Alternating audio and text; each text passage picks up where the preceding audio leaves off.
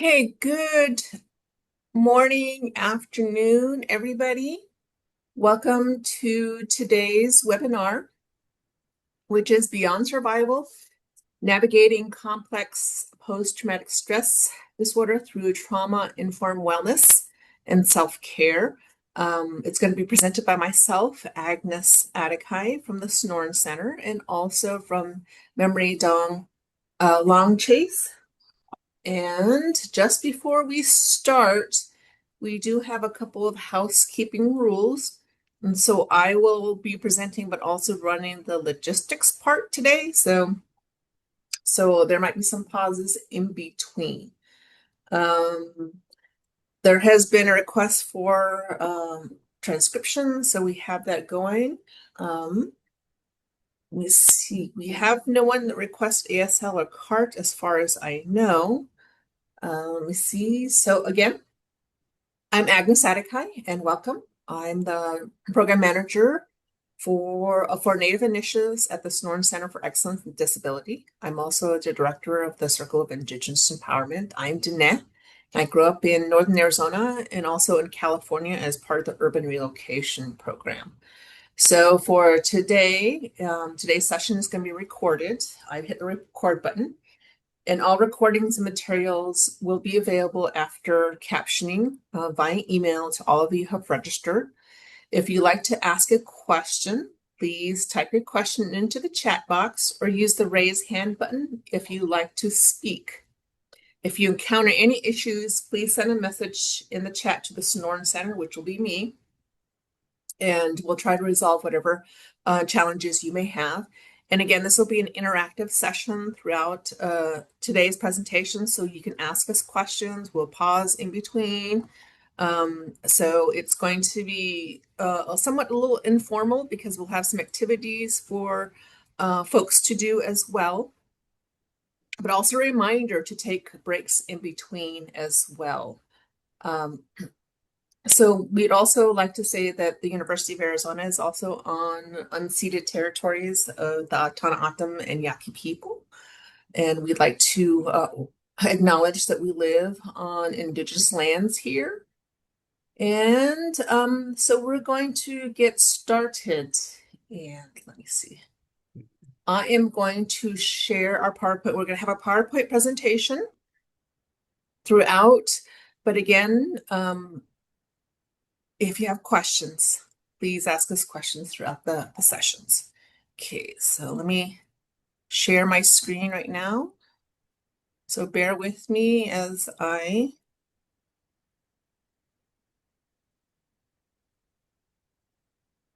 transition into the share screen. Okay, so everybody able to see this? Memory, is it showing up? Yep, Memory. Okay, thank you, Memory. So this is the title of our presentation. So one thing I will say before we get started is that disclaimer, both Memory and I are not clinicians. We're not therapists. We cannot give medical advice. What we're going to be sharing is information from our own personal experiences in the work that we do. So we are going to be talking about some tough subjects. It may arouse some emotion, so please do take some time to maybe go off camera, take a breath, recenter. If you need something else, just send me a chat and we'll see if we can address whatever you may be facing at the moment. So with that said, I will pass it on to my sister, Memory, who will start us off. Memory? Hello, everybody. Welcome, welcome. So we are, as Agnes said, going to be talking about some tough subjects, and we're going to be talking about the number one topic of conversation in my work, whether I'm training on it, presenting on it, discussing it. It remains an ever-present, overarching, underlying, mitigating, extenuating entity in my work. And that is, dun, dun, dun, drum roll please, trauma. So while we talk about trauma, we are going to engage in a trauma exercise. So In anticipation, if you can just grab yourself a plain sheet of paper, preferably one doesn't have anything important on it, because we're going to tear it up. We're also going to be talking about historical and intergenerational trauma and complex trauma, wellness after victimization, self-care. We're going to talk about some community interventions specifically around that historical and intergenerational trauma. We're going to do a couple of journal exercises. As Agnes said, this is intended to be interactive. We're going to talk about the impacts of complex post-traumatic stress disorder, how that impacts the sense of self, how that impacts our relationships and our ability to move in the world. And one of my absolute most favorite topics to discuss is the neurobiology of trauma. Next slide. So this is me. My name is Memory Dawn Longchase. I'm an enrolled member of the Standing Rock Sioux Tribe. I have been a victim advocate for over 14 years. I've been with SWIWC, Southwest Indigenous Women's Coalition, as the Domestic Violence Response Director since 2022. I also sit on the board of directors at our sister coalition, the Arizona Coalition to End Sexual and Domestic Violence. I've spent many, many years in direct service, serving victims and survivors of domestic violence, sexual assault, and human trafficking. And let's just go ahead and address the elephant in the Zoom. I'm a Sun Devil. I'm a first-year graduate student at Arizona State University, earning my master's in public administration. What's up? And let's just leave it at that. Moving on. Next slide. I can't hear you, Agnes. So I'm a wildcat. So, instead of the fork, we do our little wildcat sign here. But I am, as I said earlier, I'm Danae, and I work here at the Sonoran Center for Excellence. It's been a couple of years now. I'm also a doctoral student looking at teaching, learning, and sociocultural studies, looking specifically at Native children's literature. And I'm also on the National Native American Boarding School Healing Coalition and an ad hoc member of the Arizona Statewide Independent Living Council. So I am 58-year-old woman, so I wear glasses. So I have salt and pepper hair. And today I'm wearing sort of like a beige outfit. Um, and the reason why I describe who I am is I am also a person with a disability. I have a visual disability and a cognitive disability from a traumatic brain injury. And I'm sure a whole host of other things that hasn't been diagnosed. But I am also have experienced a lot of personal and historical trauma in my life. I come from a long line of women in my family, strong women who've had to really power through life challenges.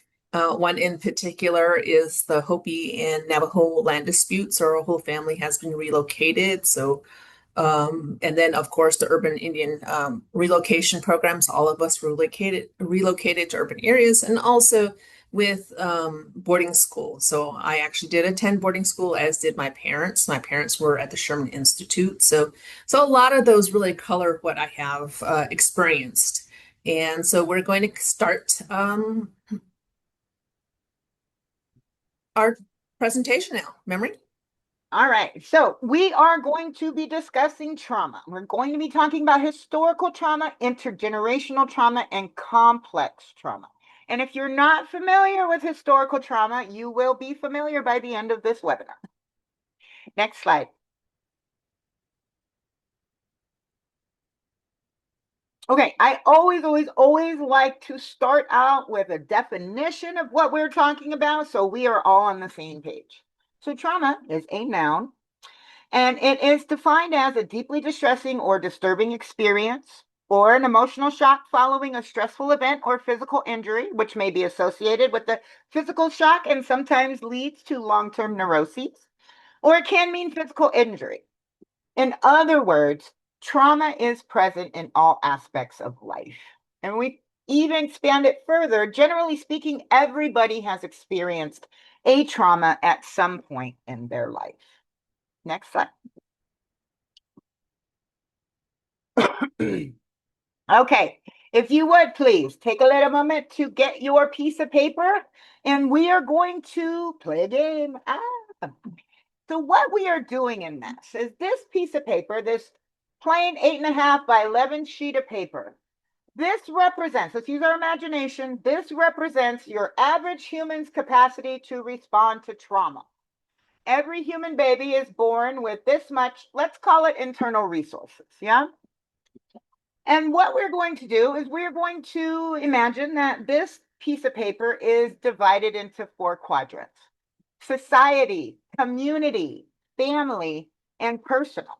And we are going to tear strips of paper commensurate to what we feel the impact of the trauma was. Are we clear? Did I explain that properly? You get what I'm saying? All right. Okay. Next slide.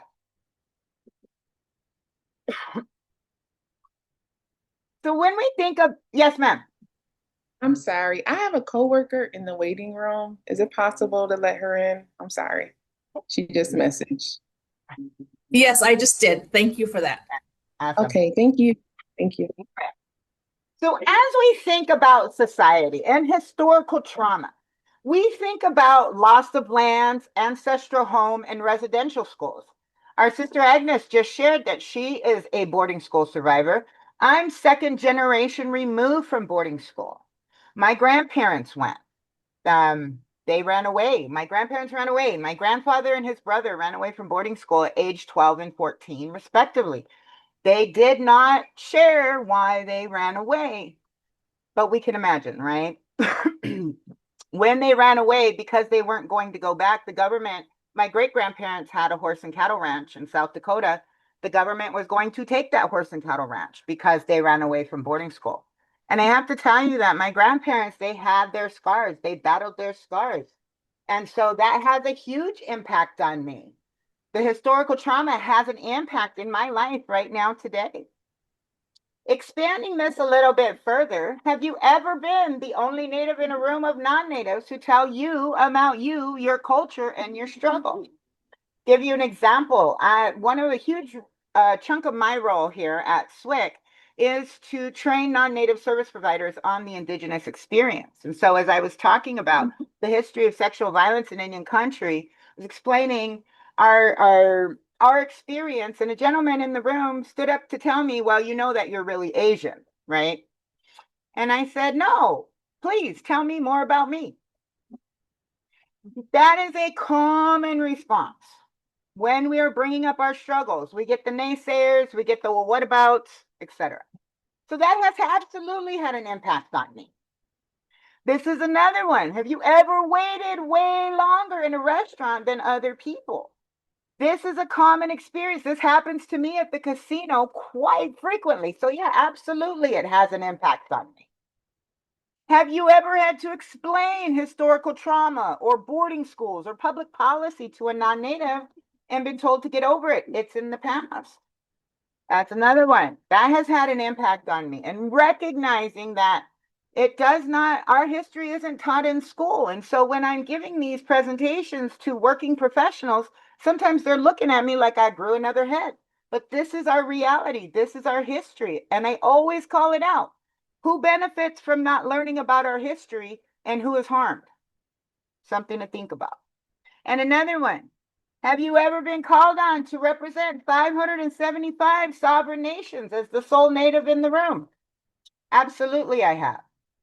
Or any others that you can think of that are unique to us as a population that you've experienced. Agnes, do you have anything to share to that? Nope, keep going. All right. So now this is where I'm left with. We're just talking about what happened to our ancestors, what happened to our communities as a result of colonization. But this is where my starting point is. Yeah. All right, let's move on. Next slide. Community. So now we're just thinking about those impacts, those traumas that are happening in our community that we grew up with. The social issues in your community: domestic violence, substance use, elder abuse, child abuse, sexual assault, poverty, extreme poverty, cancer, diabetes, death by car accident, or preventable death. How has that impacted you? Has that happened in your community? How many children from your community have been lost to foster care? COVID. How did COVID impact your community? Has anyone from your community gone missing or been murdered? How are perpetrators of violence held accountable in your community? Somebody discloses violence. Does the community envelop that victim in care and concern and support? Or does it fracture the community? Any others you can think of? Agnes, anything to add there? Nothing in the chat here. All right, awesome. So then here we are. Our 8.5 sheet of paper went from this, yes, to now this. And now we're going to talk about what happens in our family. Next slide, please. All right, so in your immediate family, did you grow up in poverty? Extreme poverty? Were you ever hungry? Was there violence or abuse in your home? Drinking, drugs? Are your parents or grandparents boarding school survivors? Have you lost family to violence or preventable death, car accidents, drug overdoses, drinking themselves to death? Have you lost family to prison? Or any others? Any others that we can add here? All right, next slide, please. So now we get to us as individuals. We haven't even touched on interpersonal violence that we may have experienced. Maybe we were abused as children. We haven't even touched that. And this is our starting point. This is our sum total of our internal resources. This is what we have left to begin to deal with our own trauma. And so when I'm doing this presentation and this exercise in particular in community, I say majority of the entities that I work with in my role are domestic and sexual violence advocacy programs operating in Arizona's 22 tribal communities. But I tell the advocates, these are the survivors you're serving.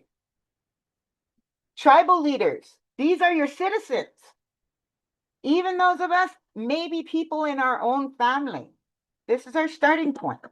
And we come from trauma-heavy environments with very little guidance, if any at all, on how to deal with that trauma in a healthy way. And these strips of paper right here that you have on your table, in your desk, this is vicarious trauma. This is secondary trauma. This is trauma that has an impact on our lives that did not happen to us directly, right? And this is our starting point. So think about those individuals in your community, your program, those individuals you lead, the people in your own family. What do you think their internal capacity to respond to trauma is? Something to think about. Next slide.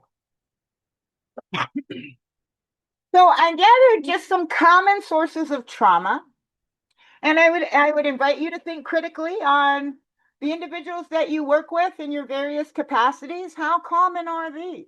Child maltreatment, witnessing violence, interpersonal victimization, terrorism or war, natural disasters, loss of loved ones, serious accidents, medical trauma, homelessness, hunger, bullying, disability, being in the foster care system, abandonment, exposed to substance use by caregivers.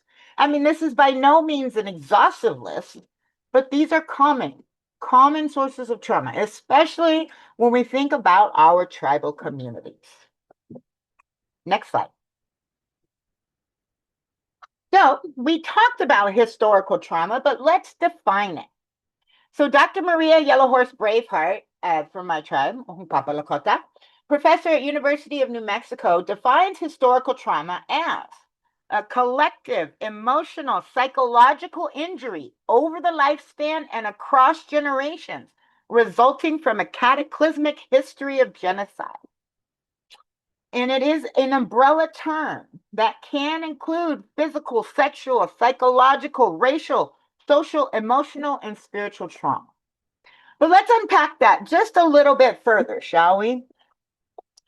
If you are familiar with our history, the fledgling United States government created the Indian Affairs Bureau, which is a precursor to our modern Bureau of Indian Affairs, But when that Indian Affairs Bureau was first created, it was created in the War Department, which gives you kind of an idea of what our relationship was supposed to be, yeah, in the early days of this country. If you are familiar with the sex trafficking that happened from early British and French settlers, they would kidnap young women, Native women and girls. And I mean, I argue that it probably wasn't just Native women and girls, and carried them along while they were doing their trapping, chained them to a tree, and would go out and rape them.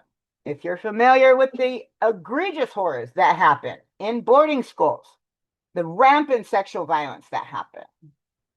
Psychological. Are you familiar with the real first Thanksgiving in I think it was 1737, but do not quote me on that year. The Pequot tribe, some Dutch mercenaries surrounded the tribe, killed all members of the tribe. The men went out to fight. The women and children stayed back in the longhouse. They killed all the men, burnt down the longhouses with all the women and children. And so then they sat down to have a feast of Thanksgiving. And so after each tribal massacre, they would then have a feast of Thanksgiving after every massacre. And the first president of the United States said, hold on now, this is getting a little out of control. What if we just did one feast of Thanksgiving a year? And then fast forward, a few days after they sent the army after the C-PTSD, Abraham Lincoln instituted as a national federal holiday. That is what we celebrate every fourth Thursday in November with green bean casserole. So I'm going to claim a psychological wound for that. I'm going to claim a psychological wound for that. Racial. While we are not considered a racial category, we enjoy political status.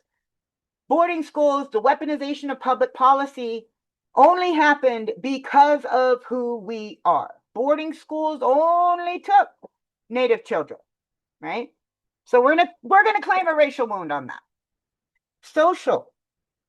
My mom would tell stories about being in the 60s and traveling across country and how she would have to go. My mom is white, my dad is Native. She would have to go in and ask hotels, my husband and my baby are Native. Are they welcome here? And more often than not, they would say no. So we can throw some social in there as well. Emotional. When we think about all the horrors that happened to our babies in those boarding schools, do you think they didn't tell somebody what was happening? Did you think they knew very early on that nobody was coming to save them? So we can throw some emotional wounds in there. And spiritual trauma. Speaking again of boarding schools, do you think those babies elected to convert to Christianity? And again, don't come for me. I'm not knocking Christianity. I'm just saying I doubt they lacked agency to give consent, right? And so I think when we think about historical trauma, we see how this is really ground zero for a lot of the social issues that plague our communities today. Next slide. Some key examples of historical trauma. Land dispossession. You've heard of the Long Walk of the Navajo, the Trail of Tears, the institution of the reservation system, forced removal, loss of resources, killing of the buffalo. When they instituted the reservation system, they did not send us to lush land. They sent us to land that they deemed uninhabitable. Another one, Indian boarding schools. If you are not familiar with Indian boarding schools, I encourage you to do some research, but be prepared because what you're going to hear is awful. Massacres and violence, which kind of talked about that. You know, once upon a time, this land was almost, I've seen some reports as up to 100 million natives on this land pre-contact. And now we are less than 2% of the overall population of this country. And cultural suppression. How was boarding schools allowed to happen? The prevailing ideology of the country at the time was kill the Indian to save the man. Kill everything that makes this individual Indian. Why? to be more palatable to Anglo-American society. And take it one step further, we continue to live in a colonial society. How do I know this? Agnes, you want to take a guess?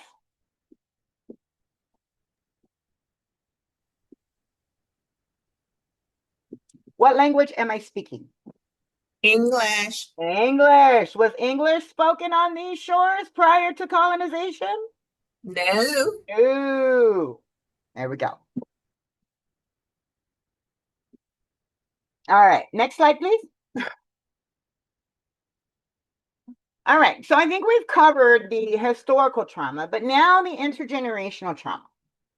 So thinking on similar to historical trauma, but encapsulates traumatic events that are experienced in one generation, which affect later generations.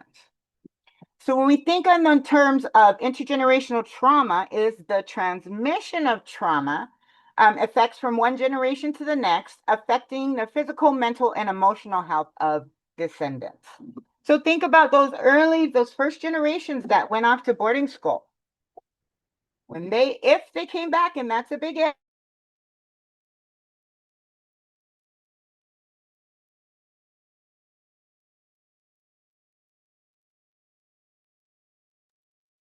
So I think memory froze, so we'll just give it a few minutes.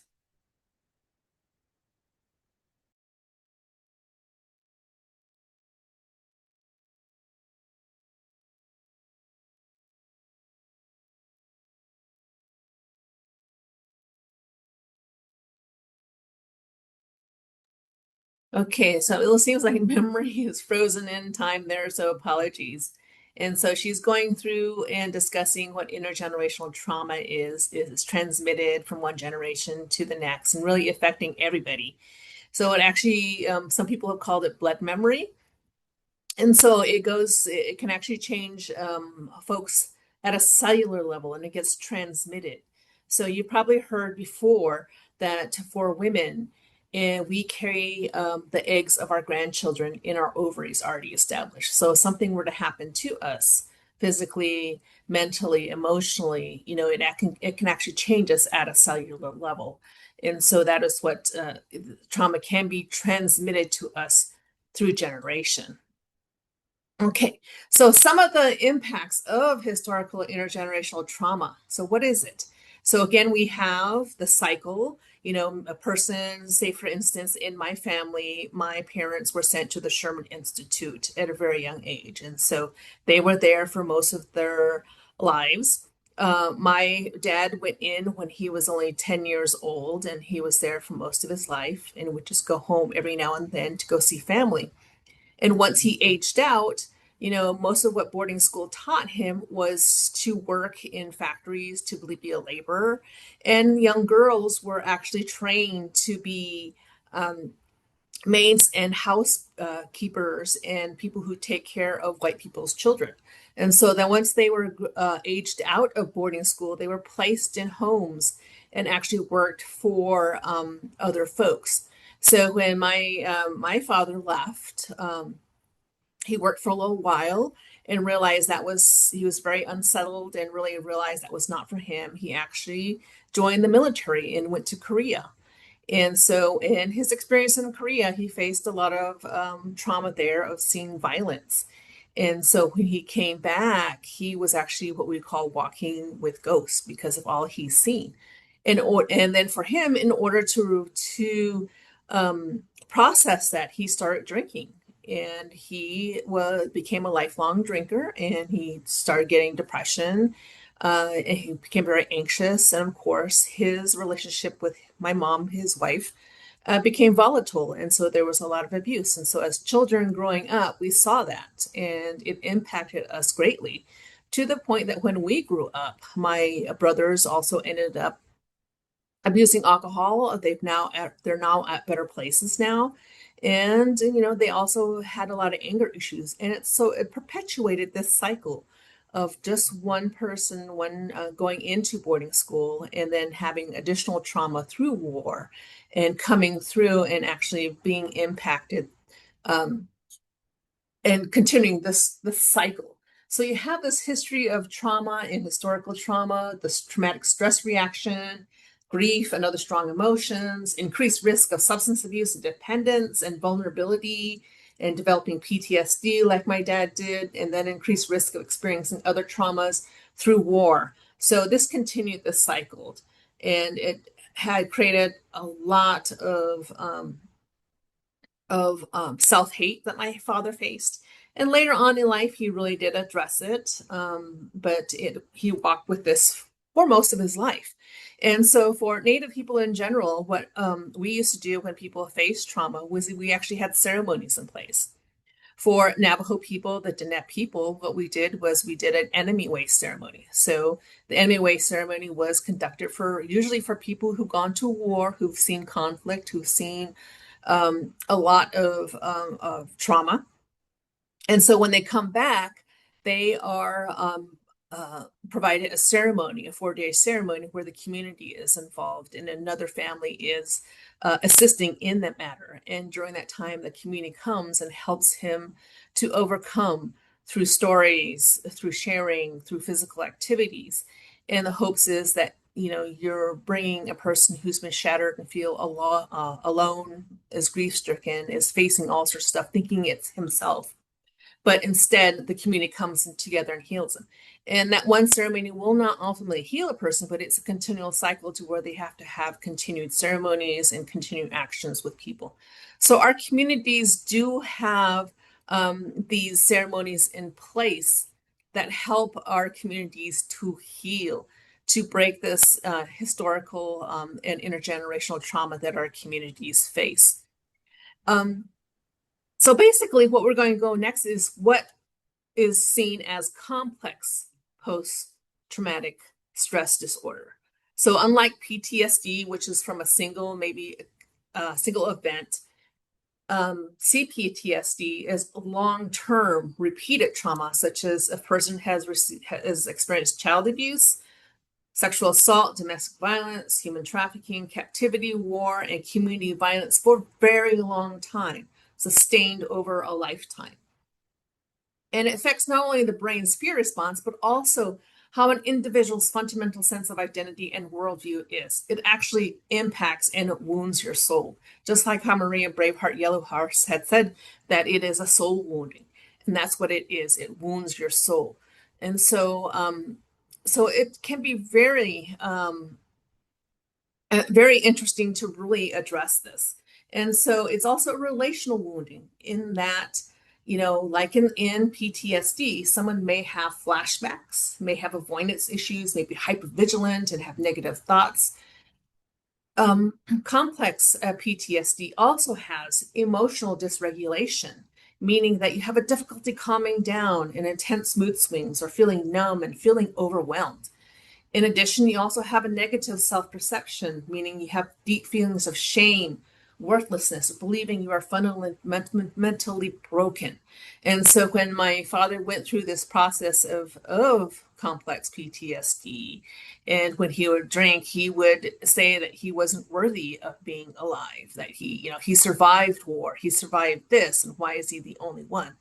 And so that he had a negative self-perception of himself. And also difficulty in relationships, struggles with trust, intimacy, fear of abandonment with peers, family, staff, and advocates. And so that was my dad faced, is he just could not have a relationship with my mom and with friends or with coworkers. He struggled mightily with relationships. So that's one of the challenges of that, is it is a soul wounding, but it also wounds the relationships that we have with people. And when we address trauma, Memory had done an excellent job in addressing what trauma is.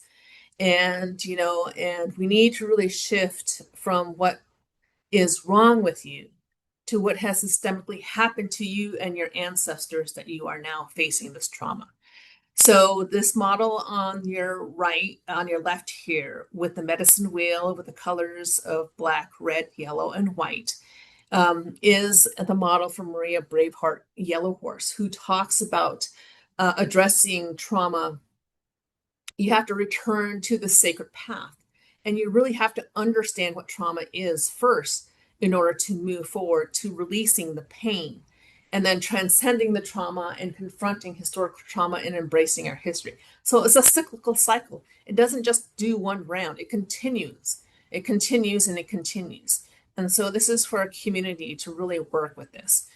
The image on your right is an image from Wellbriety. And if you know of Wellbriety, it comes from the White Bison Wellbriety movement. And they have a Mending Broken Hearts program, which provides culturally based healing from grief, loss, and intergenerational trauma for Native people. And so, again, it goes back to seeing how unresolved grief is demonstrated in the social issues that people experience. And so we've been really, our society has been made sick by anger, by guilt, by shame and fear, and passed on from generation to generation. So this creates a culture of shame. And so this shame really contributes to some of our behavior, emotional, physical, and spiritual issues that challenges wellness. And so what they do in this particular model is that they train professionals to in the techniques of the curriculum to heal unresolved trauma and to build that infrastructure and support the community as they enter the healing process. And so the community goes through and looks at processing unresolved grief. There can be circles created for specific groups, depending upon if it's elders, survivors, men, women, and youth. And the whole hope is really to create a healing force and bring trainings to the community. So again, we're looking at community models here because as a people, we've been impacted community-wide. So these community models really, really do work for folks. Let me see.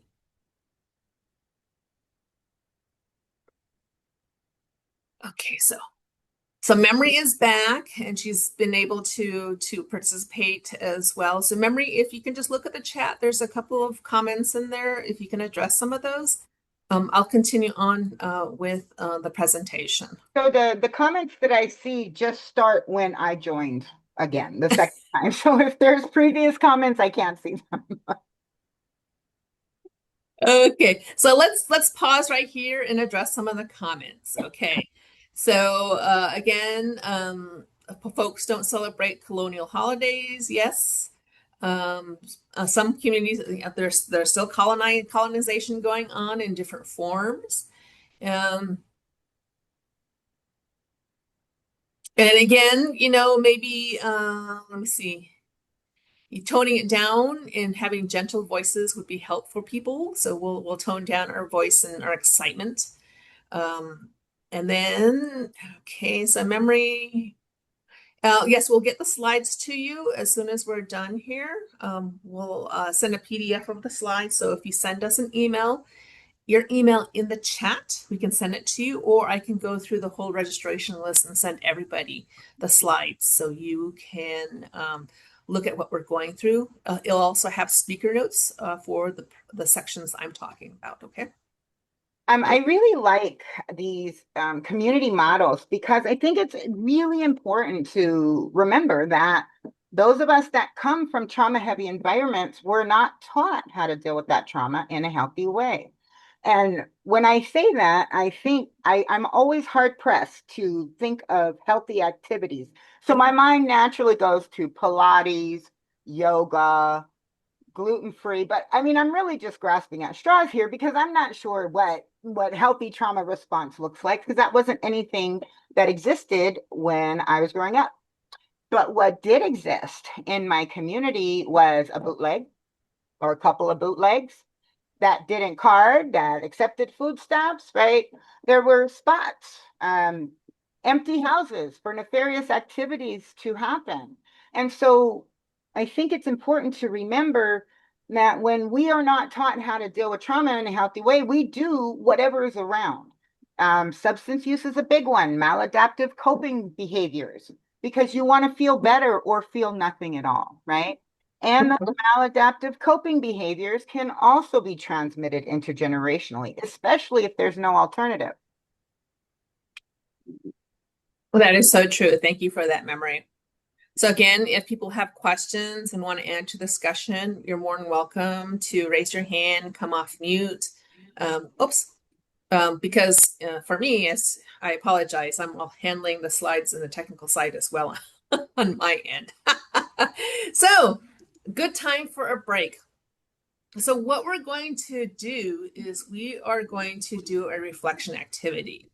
So remember back to the model we had talked about, Maria Braveheart Yellowhorse's model, about really understanding what the trauma is, defining it, because we really need to understand what exactly that we're dealing with. And each person has, are facing different things. So to heal from trauma, we have to understand our past. Some of us have such painful past that even thinking about it can be overwhelming. So remember, when you are reflecting on these activities, take breaks as needed. Emotions can come up. Take some deep breaths. And remember that understanding what happened to us allows us to resolve it. So what we're going to do is we're going to look at family stories. Family stories are passed down from generation to generation. In our Native communities, we hear stories of what our parents did or grandparents did, what they did, what they didn't do. Don't we like Auntie so-and-so? Remember when Uncle did this and that? So we have these stories in place. And many times they include hardships that people faced, maybe moments of resilience and strength. So really reflect on the experiences of your ancestors. Maybe the difficult ways that members coped and things they have overcome. And really, family stories help us understand the overall patterns of family members and shape the beliefs we have about ourselves. So I see Natalie, are you on? Did you want to say something, Natalie? Oh,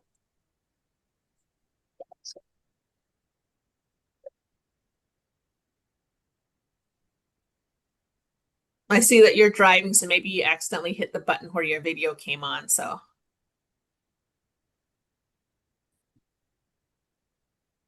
okay, so what we'll do is we'll guide you into some of these questions. And so I want you to take out, remember, another piece of paper, or if you want to just think about these questions, we're just going to give you a few minutes to think about this. Again, these questions will be sent to you via um, email. So really thinking about your family. List the historical traumas in your lineage. Maybe you face colonization, maybe your community faced genocide, relocation, boarding schools. So how does these ancestral traumas really express itself in your body? For me, because I faced boarding schools, it's been a challenge in terms of cleaning, because let me just go through the process with you. So again, some of the traumas I faced is I went to boarding school at a very young age. I was probably around 8 years old and spent 2 years there in a boarding school in Navajo Nation. So being there, I faced a lot of bullying from other people because I was a Navajo person coming from an urban area. So I was seen as someone with an accent. I didn't look and dress Navajo. So I was bullied a lot, but I did speak my language. That was one thing my parents instilled in us, even though they were in an urban area. And so, how did the experience of the bullying, all that really impacted me was that I just kept to myself a lot and I read a lot. I used to enjoy reading books of people's biographies. One other thing that they did was the dorm aides who worked in the boarding schools were also many times member of the same community. So in the dorm aides at the Navajo boarding school I went to were Navajo women who went to boarding schools themselves. And so they had the experience of knowing how a boarding school runs. And so they were not there to provide parenting, to provide love or affection. They were there to ensure that you stood in line, that you fixed your bed, that you went from one place to the other. So they're always yelling directions. Hurry up, finish your bed. You need to do this. And so if you didn't do your beds really right, and it had to be military corners, they took your bed apart and you had to redo your bed over and over again. And at the same time, the other kids in your dorm would have to stand in line until everybody's bed was perfect. So because of that specific trauma that I faced, I would always constantly make my bed in military style for most of my life. I didn't know where that come from, but that was what I was trained to do. And every time I'd see a messy bed, I just get anxious, and I would say, we really need to fix this bed. It has to be perfect. And so that was what I faced. And I would get anxious. I would get upset looking at a bed that wasn't fixed. If I went to somebody else's houses and I saw an unfinished bed or a messy bed, I would get upset and I'd get nervous. And it's like, then I'd start helping. And I said, let me fix your bed for you. So that was one example for me of how I was able, I faced some of the trauma. So again, give you let's take a quick breather and do 3 minutes just to think about this. And we'll come back and I'll address some of the issues in the chat. Okay.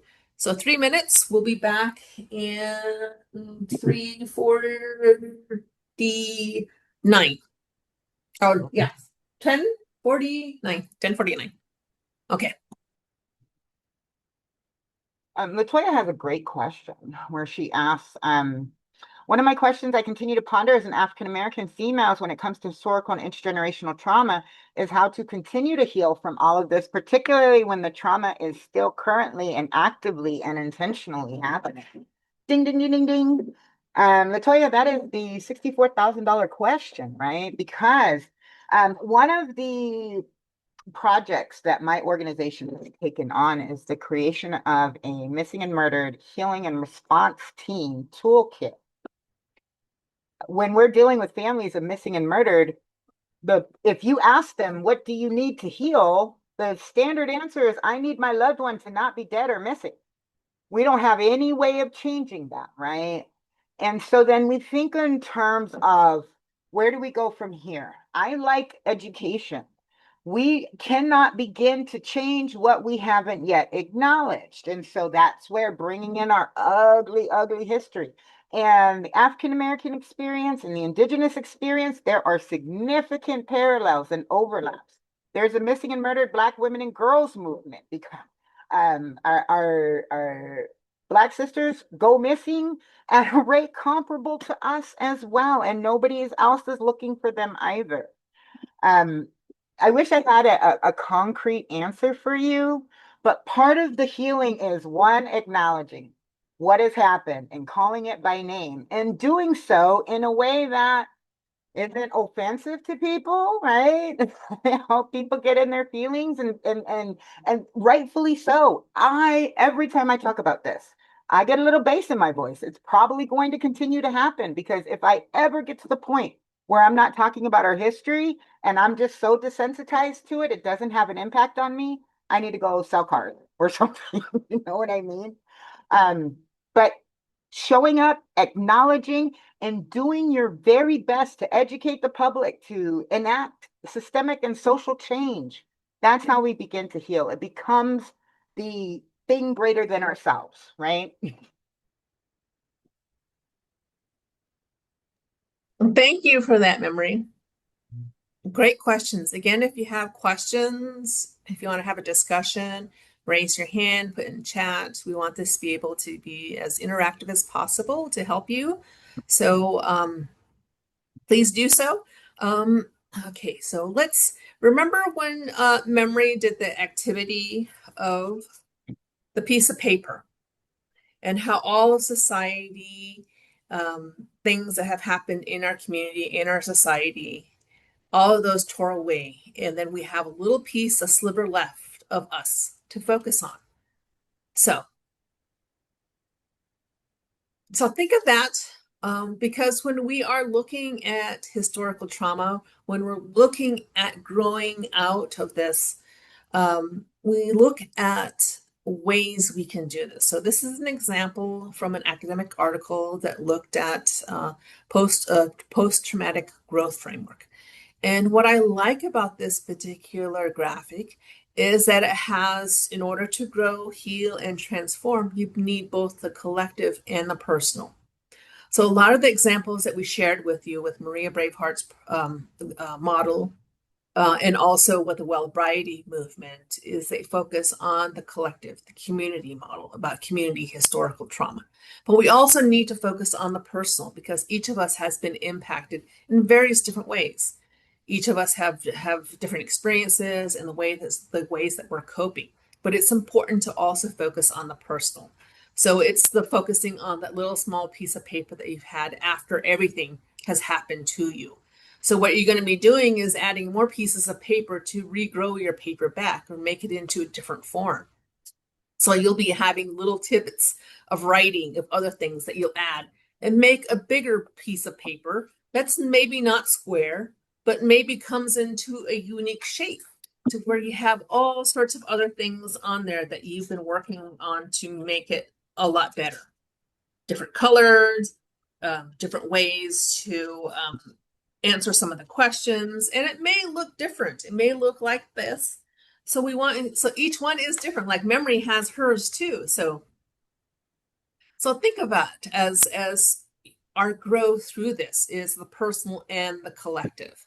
So we have, we may be focusing on changing ourselves spirituality in spiritual ways, reconnecting with our communities, looking at new possibilities for us to think about, looking at increasing our strengths in different areas, how we appreciate life, how we relate to others.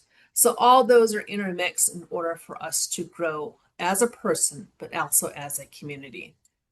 So what we're going to do is we're going to start building up our little pieces, our little small piece of white paper back. So what we're going to do is we're going to do some reflection. We're going to think about how complex post-traumatic stress syndrome impacts our sense of self. Again, because we have a poor sense, it causes poor senses of self. So have you ever felt constantly overwhelmed? So as children, we learn how to understand and regulate our emotions from adults who model this for us. And if we didn't learn this, we can feel consistently out of control. We might spiral when we make small mistakes or wonder why everyone around us seems to have a healthy relationship when we do not. So we're always judging ourselves against somebody else. Do you disassociate? When you're a child experiencing constant stress or overwhelm, it's too painful to be in the present moment. So this might look like daydreaming, spending a lot of time alone, having imaginary friends, fantasizing about living with another family. So I remember that's what I used to do. I used to love watching the Brady Bunch. And I said, oh man, that would be a cool place to live, in that place in California with everything is happening, And I used to be by myself all the time, thinking about another life. And that's why I read biographies of people, because I wanted to see how other people lived and overcame things. And this continues on into adulthood, where we struggle with procrastination. So I'm a big procrastinator, being present in relationships and using escapism to cope. So how many times have I go to the movies a lot to escape stuff, But I've looked at other things of coping better, which is hiking, being outdoors, being with animals. So there's different ways to approach it as well. So mood swings is also another thing, and it's basically, chronic dysregulation when your nervous system is constantly in a state of fight, flight. So our moods can change throughout the day because of that. We can't regulate our emotions. We look to other people to regulate them for us, or other things like substances to help regulate our emotions. So this puts us in a emotional roller coaster where we're feeling is based on how other people feel. So we're always reflecting how others are making us feel or how we want. Yeah. We have little or no childhood memories. And so if you ask me how you were as a child, I really don't remember. Because I blocked all the stuff that I experienced out. Because what happens is when you're under constant stress, it floods our brain with cortisol. Cortisol is that hormone in our body that increases our responses to danger. So it's called a stress hormone, and it also impacts our brain's responsibility to remember things. So a lot of people will say, I can't remember things that really happened. Day-to-day life was filled with chaos, inconsistency, or parents who were just not there. So for me, that's also, no childhood memories. Struggle with authority, listening to people, rules, and instructors, both Memory and I can wave our hands and say, yes, we've done that. You know, so again, we had people in our lives who might have been really controlling, manipulative, or shaming. And so we rebelled against that. And many times it can increase our inability to be consistent or take direction. Many times you might feel like you don't belong anywhere. So as children, we have a sense to feel like we belong. We need to know we're valued, and people need to be there for us. And if we didn't get this, so then we don't feel like we belong. That the world is unsafe and we can't find our place in it. Concentrating is also a big issue. Again, when you go into a response, cortisol stress response of freeze, flight, fawn, we can freeze and get overwhelmed, or it can be, we can start losing our concentration. We can start procrastinating because we don't, want to follow. We have a hard time following through. So we can be physically stuck and unable to do things because we're connected back to the feelings and to the experiences that we have. And many times we feel like we're masking because, we hide our true emotions and ourselves behind a mask where everybody sees us as perfect, that everything's working for us, that we're workaholics, that we go to jobs, we do everything that we do, we're leading normal lives, but inside we are just a hot mess. And so that was my dad. My dad never missed a day of work. He was on time. He did his job perfectly. And on the weekends, he would binge drink. Once Friday came along, he gave us paycheck to my mom and said, here are the bills, here are the stuff. I'm taking the money I need. And then he'd be gone for the weekend. And for us kids, it was like, okay, he's gone. So we can be ourselves. We can enjoy, do stuff, whatever we need to do. And Sunday morning, he'd come crawling in. He'd be hungover and stuff. And so then that was when we would tiptoe around because we didn't want to interrupt him while he was sleeping because he was mad and angry. So again, it changes. So we were good children during that time. So I want you to really think of these questions in your journal. So I want to take some time to really think about those questions and just write a few notes that you can add to your little white sheet. We'll give you a couple of minutes to process that while we answer some of the questions in chat here. With regard to this, one of, I think, the impacts, as you were sharing, one, in your previous slide, I didn't know you were going to call me out in this webinar, Agnes, and just explain my life. Same here. This is both of our lives, Memory. But and here's the funny part too, is that now that I am well embarked on my healing journey, there are people that I have known and loved my entire life that don't understand my journey, that don't understand why I'm trying to heal, why I'm trying to be better, and actively kind of shame me for it. So even trying to get better, I have a battle there. But one of the things you were sharing about the historical and how that has impacted you, I think about a few different things. One, my ancestor was in the Battle of Little Bighorn. He was the architect, Chief Gall. He was with Sitting Bull up to Canada and all kinds of things that I think that is a very, very proud part of my heritage.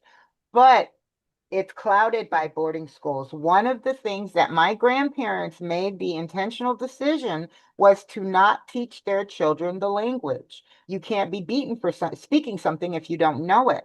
And so, as a protective factor, they thought they were doing a good thing. Fast forward to my generation, when I hear my colleagues and my relatives, they know their language. They can introduce themselves in their language. They have a connection to their ancestral culture, their traditions, their ceremonies that I feel X'd out of. And to take it further, even among my own people, I've been called a cheap Indian before for not knowing my language, or pretendian because I don't know the ceremonies or I don't know the stories and the songs. I'm Lakota. I'm also half white. That part of the world, those are two things that don't mix.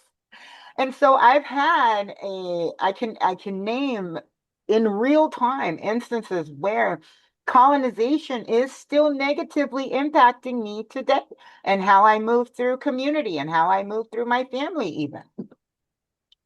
Mm, you bring up that great point. And so, with my history, my parents, because of their experience through boarding school, really wanted to instill in us the language because they saw it was as important. And so, we grew up speaking Navajo in Southern California, and the way we connected with family back home is that my dad would make sit us all together, and he would do a cassette tape recording of us. So we'd have to say hello to our grandparents and say what we're doing in Navajo to our grandparents, and he'd record us. And then he'd mail it to my grandparents. My grandparents would listen in Arizona, and then they would then again record their messages to us. And so that's how we kept the connection with our grandparents. And so with that, that really helped us, us children, to really have that connection to our community, even though we were physically far removed from our family. And that was a benefit that even though, from my parents, even though they went to boarding school, they felt like it was an important part of who we were. So again, everybody's experiences is really different. Um, and it's really important to really think about your family stories about how people have addressed trauma in subtle, many times it might be subtle ways, like how my parents, talk to us and want us to keep the memory of our communities alive. It might be through art. It might be through quilts. That's where I've been able to process a lot of the stuff I do is through art. Because when I was growing up, I spent some time with my grandparents in the summertime, and my grandmother taught me how to quilt. So I quilt to this day in memory of her. And I used to wonder, why are we doing this? Me sitting there, my little fingers get all raw from the little thread because we hand quilted everything, and the material that we got were donations from the missionaries. Because on the reservations, the missionaries would do the summer schools, the summer Bible camps. They would also hand out food and clothing and stuff, and some of the clothing we couldn't wear. So my grandmother would cut that up and we'd make that into quilts and other things. And so that was an experience, just a gentle experience that I had that she paved the way for me to think about addressing some of the challenges I was facing through art. And I didn't know it at that time. So that was really grateful for her showing me that way. Okay. So does anyone want to share? I know we're getting like on the top of the hour. We still have another hour to go. So anyone want to share any experiences or something that we need to maybe clarify a little bit more? I know Memory's been really good at looking at some of the chat and responding between the differences between PTSD and complex PTSD. Yeah. I want to just say thank you all for this presentation. I definitely fall on the complex part of that. Sometimes you don't really realize, even though I'm a psychology major and all that. I think one of the things that I recognize about myself is just the go, go, go thing without acknowledging what you've been through. And like you all shared the past trauma from ancestors, and was considered a mixed woman, Black, Native, and Puerto Rican. And so it's things that I never really thought about in depth until I had a friend that was like, well, you got double kind of the trauma, like the generational trauma. And I never thought about it like that. Like I heard stories of the perseverance of my grandmother specifically. And it was always been the women in my life who've had to like show up and continue on. And so to kind of like look at that now and to have that understanding, like almost by default, you already have this in your system, right? And then it's like you're navigating through your own life now, and then you have all this other trauma that you have to deal with. And it's like, it's a lot. The knowledge is power and it's helpful, but it's also the realization that it is a healing journey, and also a survivor of domestic violence. Also I have a hearing loss, wear a cochlear implant. These things that like, you don't really, again, you don't think about. You don't stop to think about. You do. And some of the side effects of being hyper vigilant, being a perfectionist. I've gotten better, but perfectionist, people pleaser, and that came more from the domestic violence because everything was your fault if you didn't get it right, right? So you had to always think for everybody and get everything done before anything was said, type of thing. Um, so if anything, it's prompting me. I have even more curiosity about it, about the topic in itself, not only in the ways that I can heal myself, because I'm a mother of three daughters who also, we lived that life for a good chunk of time, but in helping them in their healing processes while I also help other women, you know? So great appreciation, like big time. And it does bring up some really, big emotions, some painful, but the awareness, like there's more work to be done and it's okay, just realizing the stuff, Right. And one of the big things that I always highlight when I'm in a non-native space is why aren't we learning about our history? Who benefits and who is harmed? Boarding schools. That was the 19th century policy-driven otherization. That's my public administration class is coming through, but policy-driven state-sanctioned otherization. That was Indian boarding schools. The 20th century's attempt was Japanese internment camps. The 21st century's play from the same playbook as Alligator Alcatraz, right? These things have power and they are repeatable if we are unwilling to acknowledge, address, and make actionable changes. Um, yeah. I wholeheartedly agree, Memory, and that's the reason why we do a lot of reflection in talking about this, because we need to talk about it. We need to be able to be comfortable talking about it. It's painful to talk about it, but that's the first step, is really calling it out and addressing it. Because if we don't, it just gets hidden. So one of the things in the community work I've been doing, uh, gathering of Native Americans has been one of those activities where people come together to look at collective challenges facing communities. And in one event, one community I went to, I sat in on a session, and it was on elder abuse. They wanted to do a going on elder abuse, and people were talking about, well, we don't have elder abuse in our community. Okay. And it's like, it doesn't happen. It doesn't happen in my family. It might happen in anybody else's family. It doesn't happen in my family. But yet we were, in the community, they were seeing a lot of police responses, a lot of elders getting um, sent to emergency rooms, hospitals, injuries, a lot of financial abuse of elders' monies being taken away the first of the month, um, a lot of credit fraud, all sorts of stuff that was happening, but the community was still saying, no, it doesn't happen. And so when they did the gathering of Native Americans in this particular community, people got up and says, we have to call it out. It happens in our community. We might say it doesn't happen in our family, but we all collectively as a community realize it happens. We need to say it happens before we can really do anything about it. So there was a lot of testimonials, a lot of emotions during that time, but it was a first step for this particular community because we really need to call it out, even in our families, and that might be alienating sometimes for a lot of people when we bring it up. In my family, we've had, unfortunately, in my family, we had a person who was victimizing some of the young girls in our family. And when one of the young girls, who's now an adult, called it out, they said, no, that didn't happen. You might be wrong. You are mistaken. You have this lifestyle. You have no right to say this. And she was all alone in that. And that happens to a lot of victims, is that when they do call it out, they're alone.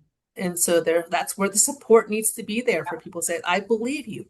Thank you for saying something. I And have it a wasn't until that one person passed on that more people said, this happened to me too, but they are so afraid to say anything. So yes, Memory. I believe that has an origin story in boarding schools. So I do this history of sexual violence in Indian country, and I bring in and I just show TikToks, boarding school survivors directly from their own words. They can say it far better than I ever can. And there is one story that this is an ugly story, and I'm sorry, but it is real. where there was a little girl. She remembers going down to the furnace. She was cooking supper with the nun. They go down. There was a 7-year-old who'd had a baby, and they threw the baby in the furnace. And that nun instantly made that little girl hit her knees and pray for forgiveness for tempting the grown man. Now, that is an extreme example, but when you think about the rampant violence that happened in those schools, do you think those babies didn't tell somebody that it was going to happen? And maybe what they learned early on is that you will get hurt worse if you say something. So then those generations come back and they have this perspective that one, nothing is going to happen. Two, you'll get hurt worse if you say anything. And then that happens in generation after generation, where that suppression, that refusal to believe, we're not going to talk about it. It becomes more normalized and more entrenched each generation until it begins to look a little bit like culture, right? Yeah. That's where we are. Yeah. Okay, so we do have another comment in the chat. So, So, Monica, I will say, Monica mentions about being half-breed. Now, I think, again, that is also a holdover for colonization, because if we really think about it, we are not, I was not in the room when I was being made, right? I didn't have any control or decision-making ability in who my parents are. But I think, again, when you really look at lateral violence as a end result of colonization, that's where that comes from. It doesn't necessarily make it sting any less, but you learn to live with it, right? mhm. So true. And then, of course, the Herd Museum, if you're here in Arizona, the Herd Museum does have a wonderful exhibit. And you can also go to the National Boarding School Healing Coalition. They have stories of elders. The coalition just finished up collecting stories nationwide um, of stories of survivors, and so some of the ones that have been finished are on the website. And there's also more toolkits and resources there if you're interested in the subject. Okay, so we're going to do another reflection break, and again, you're going to look at your writing and discussing is really important. So we have to heal from trauma, we have to understand our past. And again, you know, look at these questions. We're going to ask about personal burdens on historical trauma, really reflect on your experiences here. So some of the questions to really think about is, again, you can write it down on your paper, add to your little small white sheet to build yourself up, or you can just think about this and reflect upon this. One question, how have you been betrayed by others? Second question, what did it take to make, what did it, well, I reached, oh my gosh, I didn't word this right. What did it take to make you go through all this? Oh, no, forget that question. I've rewrote it wrong. So what meaning did you take on about yourself from being hurt, and drop where your body carries burden? So the important thing about drawing is that you draw yourself, and that you also point the areas where you hurt, because the trauma can actually come as physical pain. So so I still have pain in my joints, but also in my stomach issues as well. But I also have headaches and some eye pain. And so those are all related to trauma. So I'm going to give you a few minutes to do this while and once that's done, we'll do some breathing exercises. Okay. Give you a couple of minutes. I'll show you my little one. Can you see? This is my little me. And that is my stomach. I have ulcers. That is where my lifetime of trauma has manifested itself, is in my stomach. I have two ulcers. One is significantly worse than the other. But I think that, as one thing that I was taught from early on, is to white knuckle my way through anything. That doesn't necessarily make it a healthy way. I make it on the other side.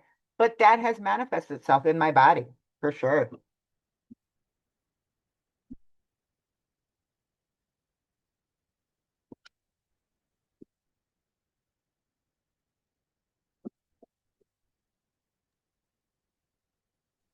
So for me, I drew a little picture of myself. Mine is not that great either. So the pain I carry is usually in my neck area, right in my shoulder area, and in my stomach area, and along with my fingers, headaches as well. So all that is due to, again, some of the stress that we face growing up, but also it also has some physical origins in the terms of some of the fights that I had when I was a kid. Because I did fight back, so I did fight a lot of boys when I was younger. So I do have some old injuries from fighting, and then injuries from when I actually had to physically fight my father one time, and when I had to physically restrain him from killing my mom one time. So those are still, I still have those physical wounds on my body. So those do come up every now and then, the pain. But really talking about it and letting other people know that this has happened has really helped me to process that. That, even as a kid, there's some things that we had to do to help protect ourselves physically.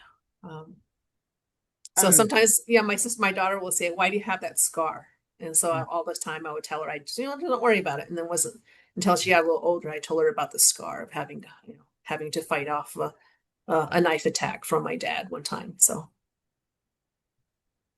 I have kind of similar stories. I think of one in particular that kind of really just gets my blood boiling. So I grew up on the res, but I was smart, and my mom was a teacher, and so she got me scholarships to fancy private schools. So I was the little brown kid from the res at these with these affluent children.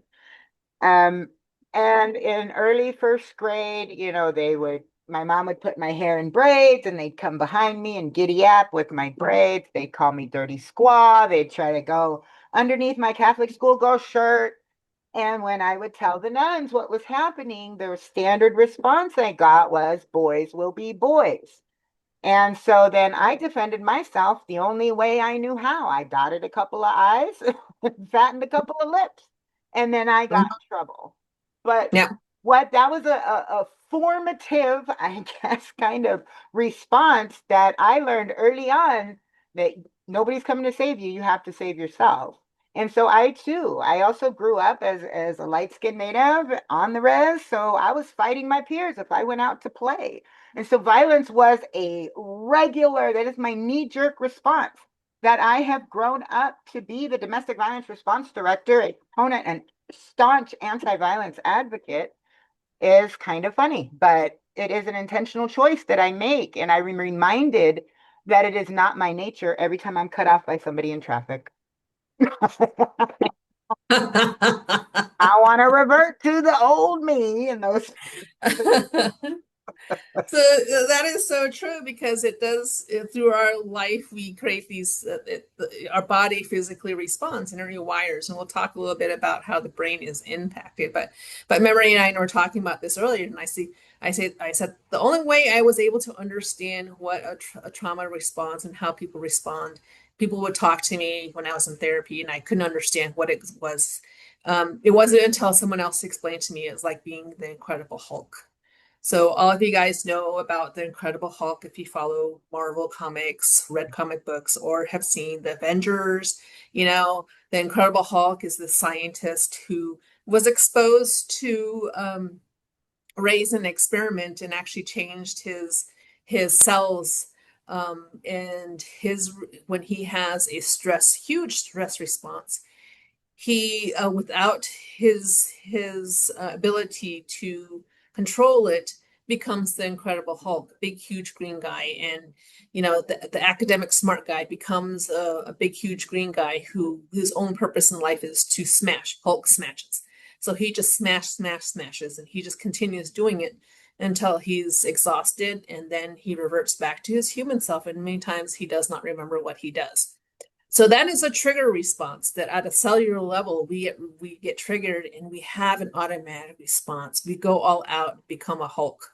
And then we come back to ourselves and many times don't remember what has happened. It's just an automatic response. But it can be healed because the Hulk can be healed. If you follow the Avengers movies, you see in the movies later on in life, he does be able to control it, and he chooses to become the Green Hulk as his person to be. He chose that personality, and that is one of the ways that facing trauma has been explained to me, and that really connected with me. So again, it's many times we are like the Hulk, and the Hulk was able to be able to come to accept himself, and he did meditation, but he also had Black Widow there to help him out. So it was somebody close to him that really acknowledged that he was going through this and helped him with some soothing words and be able to process and to come down from that. So that's one way I was able to think about a stress response. Okay. So we're going to do some breathing exercises now. So it's been close to like an hour and 15 minutes we've been doing this. So I know there's a lot that we've addressed, and it might be a lot for us, for both Memory and I, to share some of the things that we faced. It's been a lot for us too. So what I want you to do is we're going to take a sacred pause.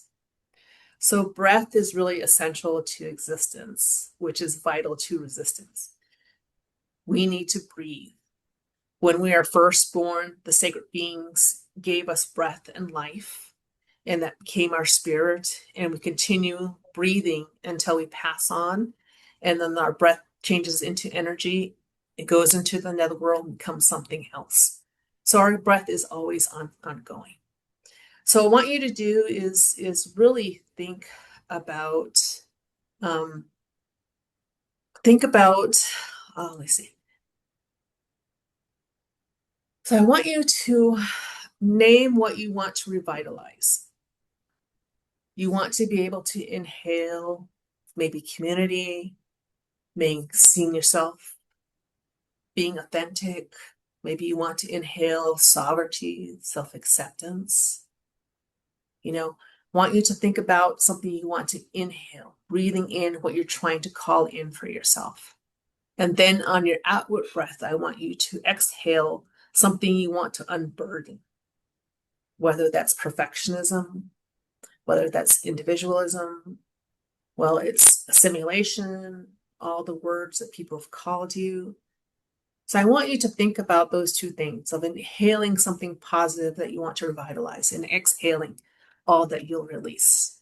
So we'll start off right now. I want you to inhale through your nose and then exhale.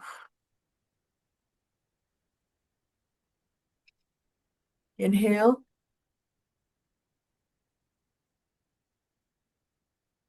Exhale. Inhale. And we'll do one more to make the sacred number 4. Inhale. And exhale. So we did 4 of those. So we're the sacred number there. So we're being all sacred here. So again, just taking a pause, breathing in and breathing out. Breathing is the best thing that we can do in response, because many times when we're in trauma, we sometimes hold our breath, stress ourselves. So this is a way for you to think about unwinding. Okay. So let's move on. So how does it also impact our relationship? So abandonment. So rather than feeling safe or nourished in relationships, you often feel unsafe or skeptical. You might question if your friends actually want you to spend time with you, or your partner really loves you. You might crave intimacy and at the same time fear it or push it away. And you might end up sabotaging relationships because at our core, we don't feel worthy of being loved. Because again, all this experiences that we've had, we're told we're unlovable, or we're shown that we're unlovable. So we many times feel like we have abandonment and trust issues. People pleaser. And many times we feel like a burden. We please as an attempt to keep our connections to people. We believe that asking for our own needs to be met or asserting ourselves will only lead to rejection. So this belief creates a situation where we betray ourselves or accept behaviors that are unhealthy or dysfunctional. You might feel awkward or uncomfortable expressing yourself. It's really hard to talk about yourself and your emotions or asking for help, being vulnerable, or being vulnerable is really overwhelming to people because of trust issue. And it's because you're consistently being shamed, rejected, or isolated from love as a child or through the traumatic experience you've had. We learn to shut down and stop expecting a safe relationship with anyone. And opening up feels dangerous because we never have met with a loving experience. You might be really controlling or type A. So, might criticize people how to do a task, not let people help you, and shutting down or giving people the silent treatment, blaming others, keeping score in relationships, guilting people, and snooping or spying around others. Again, you're trying to control in order to be safe because life was in an unsafe environment for you. So maybe you lie or leave out important information. So again, to avoid what you couldn't say that was safe, it may after a while becomes habitual. Little white lies, little things. You feel safer sometimes if you keep people in the dark, and then really impacts the trust you have with relationships with people. And it's something that we've learned as a child if we've seen it and we've done it ourselves. And of course, anger. It's usually because there's sadness and grief underneath all that anger, and are not unable to express it or be able to grieve that loss of our childhood or sense of safety and about who we are.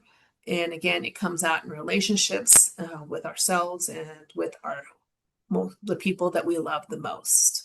So, and we take things personally. Sometimes it's like everything that's happening around us means something is happening about who we are. And even small things can really shame us into a spiral where we question, are we worthy? So we also overgive.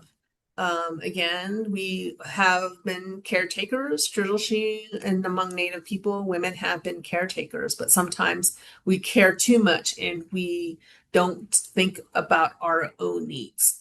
So, and then we see that many times people don't reciprocate or people take advantage of it, and that causes us to be resentful and gets us angry as well. And that is some of the things that we face when that can impact our relationships with people. So I want you to think about, again, having a reflection, looking at your paper and adding to the paper. This might be an activity you want to do later on, is writing a letter to your inner child and how what happened, some of the things that you happened, some things that you're facing, why people weren't there, and looking at your younger self. So this might be an activity that you want to do, help you really process this.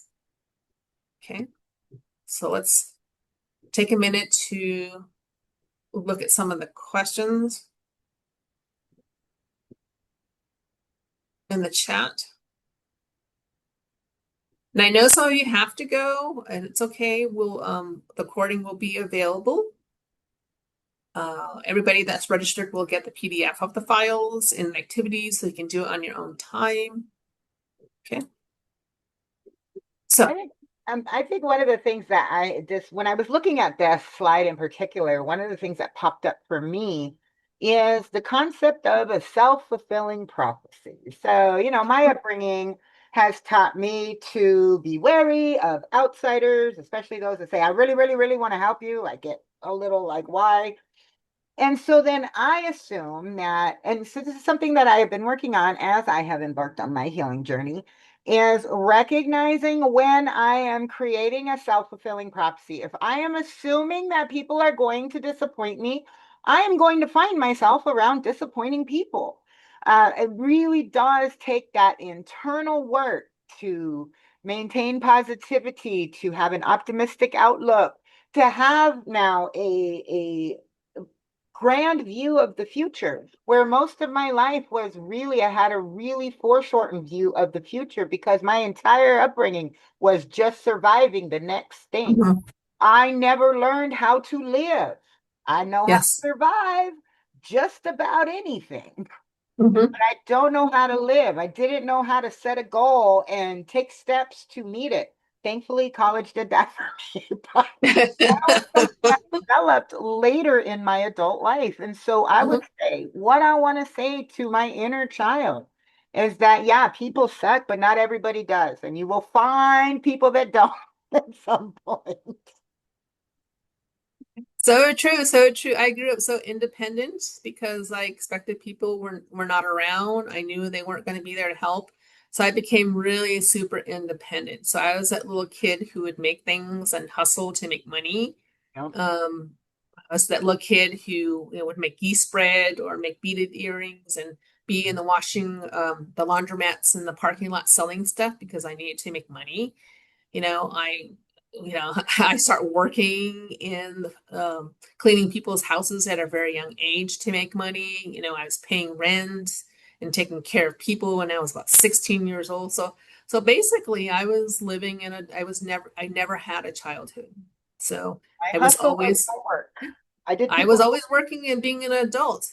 And that's to me is my child is like, you never really had a childhood. And so it's okay to do silly things as an adult. It's okay to, just have fun and do things. So that's why I like going to movies. I like watching cartoons, even as an adult right now, because that's something I never really had to do as a child. So again, thinking about what has happened to you, understanding that people weren't there, but you survived, and you have actually developed skills to survive. But now it's time for you to live. And what are some things that you want to do in order to live a fulfilling life? You know, and again, it's because you are not broken. You adapted to your environment.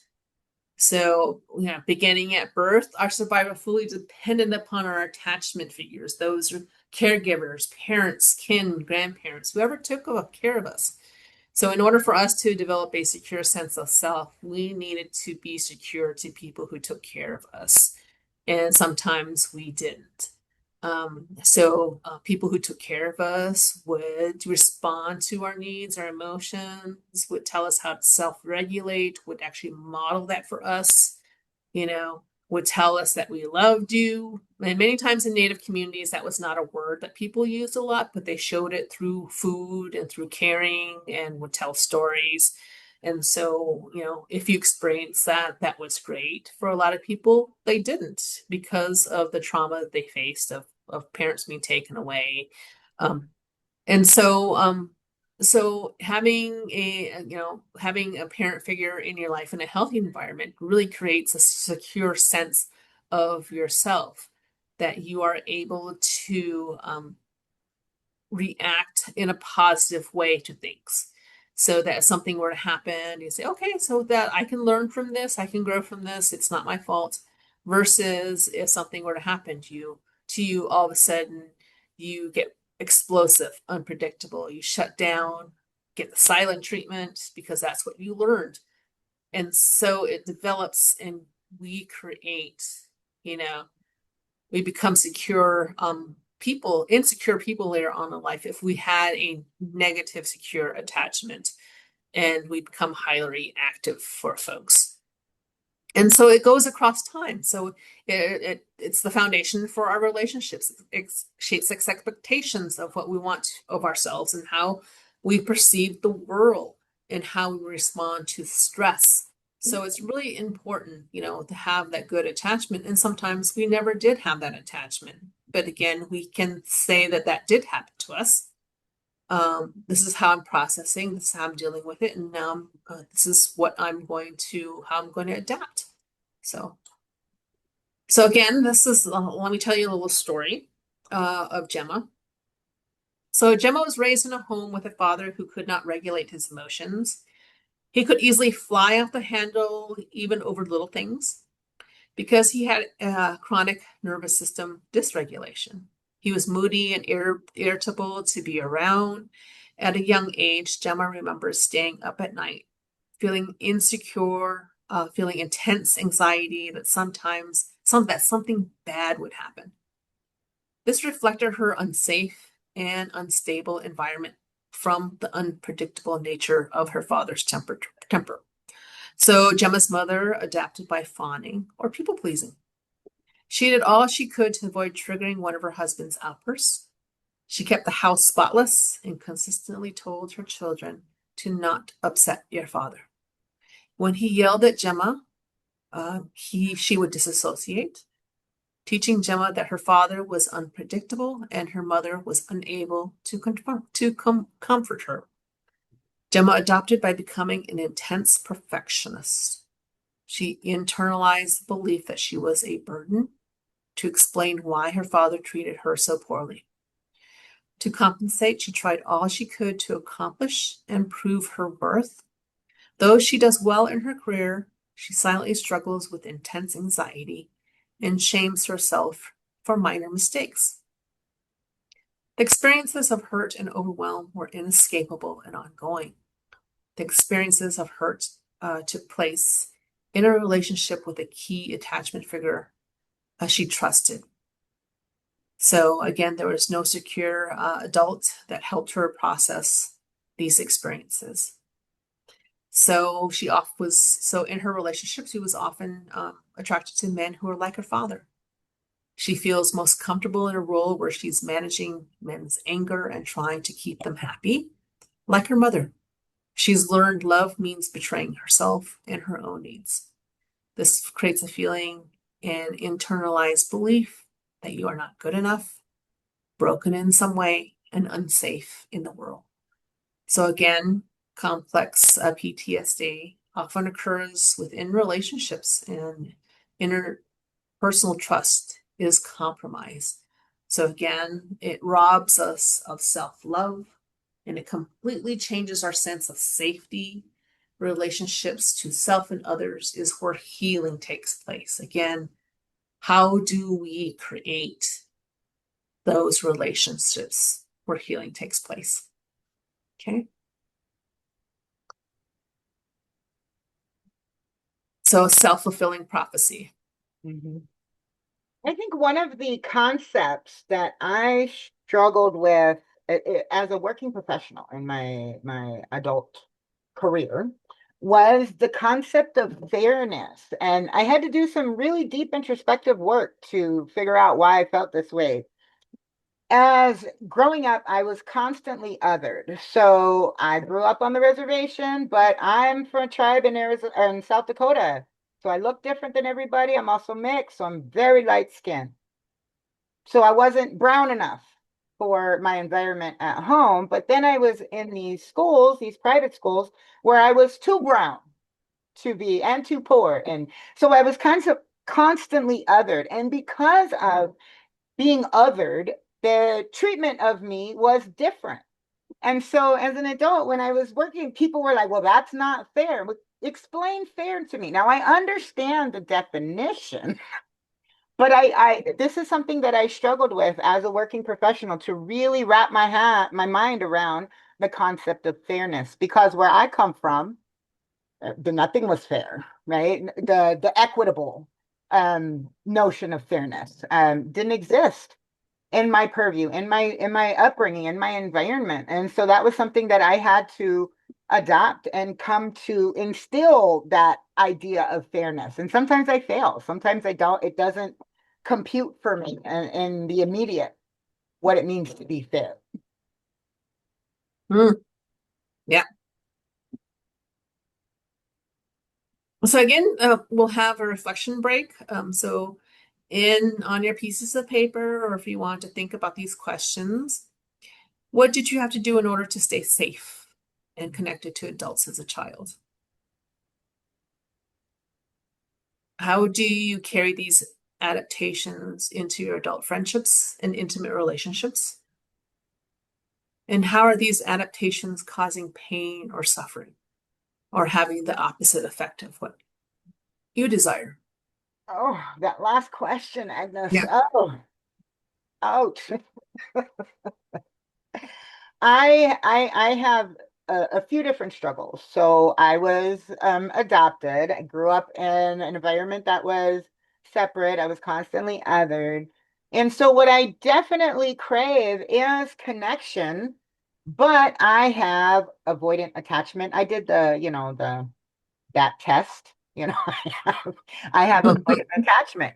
And so what I want most is closeness and connection, but I have almost a block in Mhm. creating that, in allowing myself to feel safe and vulnerable enough to genuinely connect with somebody. I am still working on that mechanism. I'll let you know in a few years if I have figured it out. If you see me on Yes. Yes to the Dress, you'll know that I have figured it out. But again, one of the challenges I face very similar is being vulnerable. So I've been married for about 33 years so far. And so my husband and I have a relationship where we grew up in similar environments. And so we shared a lot of similar stories. We helped each other out. We had over the years have really been helpful to each other. And we stumble along the way, everybody else. But really, I think for me, it was, um, being secure enough to be able to tell him all the things that have happened to me because I know he would not judge me because he went through the same things. So I've disclosed information about myself to others, and you have this face of look of horror from people. It's like, oh my God, that really happened to you? I can't imagine. And it's like, okay, so this is, to me, it was normal. And disclosing information, I thought other people went through the same thing, but it was like shocking to a lot of people. And so that told me, not to share with people. So a lot of colleagues, even now, if they're on right now, are probably over the last year or so of all this webinar has been sharing the stuff that has happened to me. And I'm like 58 years old now. So I'm like barely sharing all the stuff that's happened. And some of the colleagues I work with are probably say, oh my God, we went through all that. So again, it takes a while, but being finding a place where you feel safe enough and vulnerable enough to talk about this, because sharing it with somebody who's gone through similar process like you and Memory and I both share similar things that we've gone through, and I feel comfortable sharing because you're there with me and you're validating all my experiences, and you're giving me tidbits of information on how I can help continue to heal in that process. And that's what this webinar and discussions are about, is that we find someone who's gone through this, that we are able to share and talk about it and not be judged and told, oh my gosh, see those faces of people saying, oh my God, that happened to you. I feel so sorry for you. I was like, you don't need to feel sorry for me. I survived. I can I usually tell me I can fight somebody, male my same height and age right now. And it's like, so, so again, being vulnerable is one of those key things that I struggled with, but having someone who to share it with is really important. So Casey says the same thing. And then others I have to leave, but again, this session will be recorded and information will be shared as well. So, okay. I'll share real quick, and I'll have to Yes. get off soon.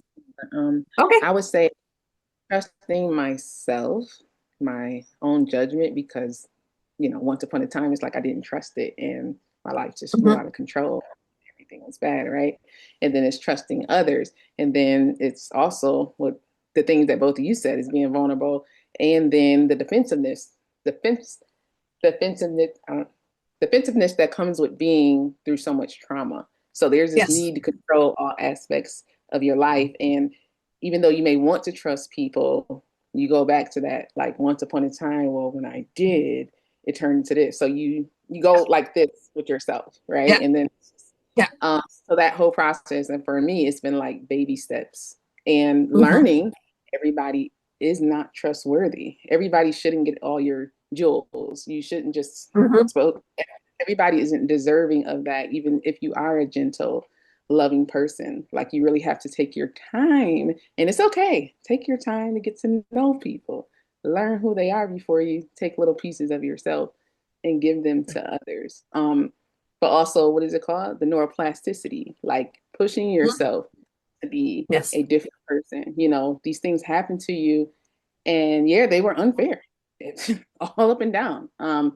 But they don't have to define who you are for the rest of your life. And so it becomes, what are you now going to do to change? Because you do have the control, you have the power to do that, but you can't Mhm. do more of the same, right? Like Absolutely. those things, for me, I had to acknowledge different versions of myself that helped Yeah. me survive those really traumatic Right. events. That 20-year-old, 30-year-old, she was a bad, you know what, because when you think about it, she had to go through a lot of stuff to Mhm. allow me to be here today. For me to exist, she had to also exist at one point. So, thanking her and who she was to allow me to be here, but saying, almost put her to rest. Thank you.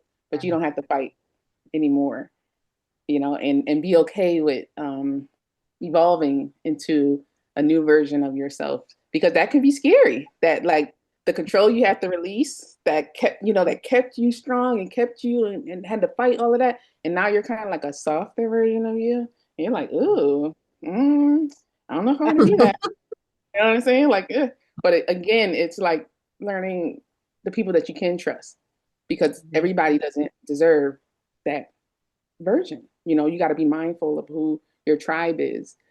So those are some of my biggest lessons and things that I continue to work on in my own healing journey. One of the things that healing has helped me find and begin to nurture and develop is my softness and my sweetness. But if I'm completely honest, I am not terribly comfortable with either. Rough and tough and hard and fast, that's where I feel most comfortable. But it takes on a different tone too. As Indigenous and women of color, we have to see how our healing is perceived. We can't come off as angry, all of those things. And so it takes a little bit more nuanced tone, our healing. And so I'm with you guys. Thank you. Thank you very much for sharing, Shiloh. That was really great. So I know we're running out of time, so we're not going to go through all the slides here, but just the last reminders, to heal from trauma, changing the paradigm from what is wrong with you to asking, what has happened to you. And there actually have been some interventions that people utilize um, to help people heal, and this is through therapy. So a lot of folks use eye movement desensitization and reprocessing, and that really is like having you move your eyes when people are reflecting back on memories, and that's disconnecting the eye nerve and the brain to memories, disconnecting that process there. Um, there's also body-based activities like somatic experiences where you focus on some of the physical sensations rather than cognitive thoughts. It helps you get unstuck from the survival states. So one thing that I work with students do is, they do the wet noodle activity. I usually tell them to do like, be like fry bread dough, just be there, just a lump of fried bread dough, and just figure out what your body's feeling at that moment. Also, there's also psychodynamic therapies, which thinks about unconscious thoughts and past childhood experiences. Really identifying those relationship patterns, or analyzing or doing interpreting through free association. So those are used a lot. But I think the eye movement is also really important, because there's another part of that is also tapping. I do tapping a lot, and tapping has helped me. So I do tapping exercises with students that we have here at the University of Arizona, and that has really helped me to really think about some of the emotions that I'm going through, and helping the process of the brain to reprocess and to bring in positive experiences, where you tap on different parts of your face, the key points on your face, and bring in positive energy. So that's what I do.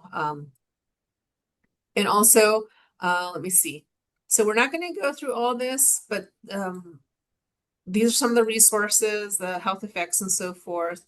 Again, we didn't go through, but you're going to have the slides. I'm going to try to get all the way to the evaluation. So we do have an evaluation. So please use your phone to scan the QR code to respond to some of the questions that we have in terms of evaluations. So we can continue to provide programming activities to let funders know that we're utilizing their resources well. And it's anonymous. Mhm. We don't collect email addresses. So there is a question at the end. If you would like somebody to follow up with you, you will have to put your contact information in there because I won't know who you are. It says yes or no. If you say yes, you will have to provide your contact information. I'm not going to know. I also don't ask names or anything like that. We really, really appreciate your candor. Okay, then one of the things that we also are going to, for those that have registered or those to respond to us, we have a couple of books that we're going to give people. So we do have a couple of books here. This one was by Natalie Gutierrez, who's The Pain We Carry, Healing from Complex Trauma for People of Color. So I don't know if you can see it. So we have this book available that we're going to give to someone who came on. We also have My Grandmother's Hands, Racialized Trauma and Pathway to Mending Our Hearts and Bodies. This is another book. So we'll have a couple of these to mail out to folks. So we'll randomly choose from I have some folks. books that I can add in there, Agnes. I have, if you're interested, Why Does He Do That? I can add a book on Why Does He Do That by Lundy Bancroft. This is the seminal Bible for people who've experienced domestic violence. And then I have another one, When Dad Hurts Mom. If that's something you'd be interested in, I'll throw one of each into the mix. So fill out your evaluations, y'all. Okay. And then let's see. This is our contact information here. So if you need to connect with us, this is my information and then Memories information. Our emails are listed here. So if you need to connect and ask us questions, please do so. And we also want to know if people still would consider another webinar for us to host, continuing this discussion of the later part of the activities we did not do. So let us know if that's something you'd be interested in. We could totally do a whole nother webinar just on self-care. I'm down. Okay. Let me put the evaluation QR code back up. Okay.